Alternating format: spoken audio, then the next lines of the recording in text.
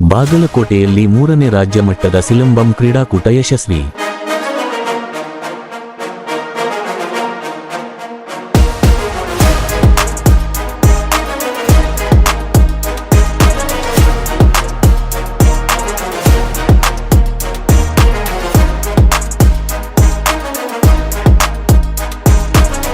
ಕರ್ನಾಟಕ ರಾಜ್ಯ ಸಿಲಂಬಂ ದೊಣ್ಣೆ ವರಸೆ ಸಂಸ್ಥೆ ಆಯೋಜಿಸಿದ್ದ 2025ರಿಂದ 26ನೇ ಸಾಲಿನ 3ನೇ ರಾಜ್ಯ ಮಟ್ಟದ ಸಿಲಂಬಂ ಕ್ರೀಡಾಕೂಟವು ಡಿಸೆಂಬರ್ 20 ಮತ್ತು 21ರಂದು ಬಾಗಲಕೋಟೆಯ ಧನುಷ್ ಶಿಕ್ಷಣ ಮಹಾವಿದ್ಯಾಲಯದಲ್ಲಿ ಉತ್ಸಾಹಭರಿತವಾಗಿ ಜರುಗಿತು.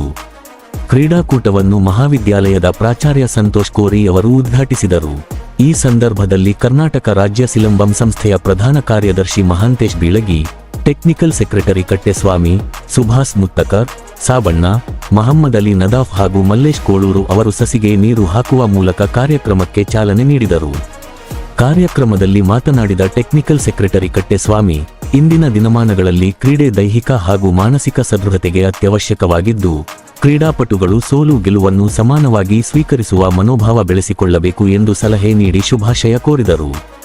ರಾಜ್ಯ ಮಟ್ಟದ ಈ ಕ್ರೀಡಾಕೂಟದಲ್ಲಿ ಬೆಂಗಳೂರು ನಗರ, ಬೆಂಗಳೂರು ಗ್ರಾಮಾಂತರ, ಬಳ್ಳಾರಿ, ವಿಜಯನಗರ, ಕೊಪ್ಪಳ, ರಾಯಚೂರು, ಗುಲ್ಬರ್ಗ, ಬಾಗಲಕೋಟೆ, ಮೈಸೂರು, ಚಿಕ್ಕಮಗಳೂರು, ಧಾರವಾಡ, ಬಿಜಾಪುರ ಸೇರಿದಂತೆ ಸುಮಾರು 16 ಜಿಲ್ಲೆಗಳ ತಂಡಗಳು ಭಾಗವಹಿಸಿದ್ದವು.